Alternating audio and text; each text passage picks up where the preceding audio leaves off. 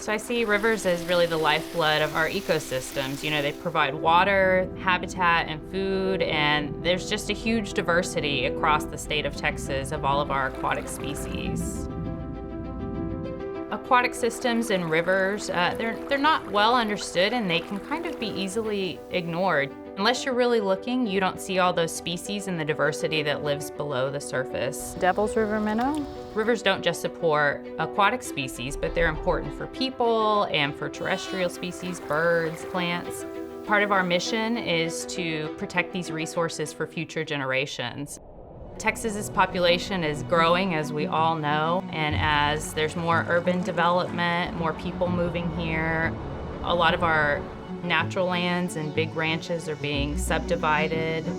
We see a lot of changes to the landscape, and that all has a direct impact to the rivers.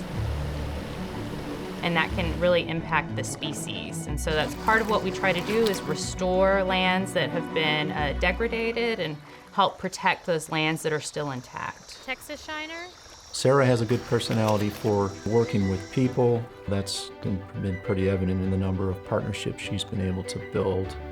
All the work we do in the River Studies program is based on partnerships and collaborating. So we work with nonprofits and landowners and universities to conduct this research, and then to also implement practices to help conserve and protect our rivers.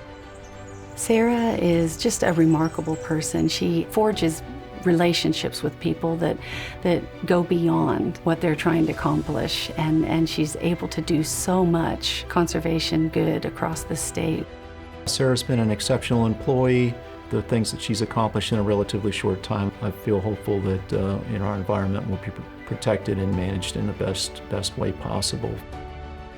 So it's always, been in the back of my mind when I do this work that we want to preserve these places and these rivers and these species for future generations. But now that I'm a mom myself, I really see some of these places under threat, and I want to make sure that they're there for my son to visit and for us to visit and spend time at as he grows up.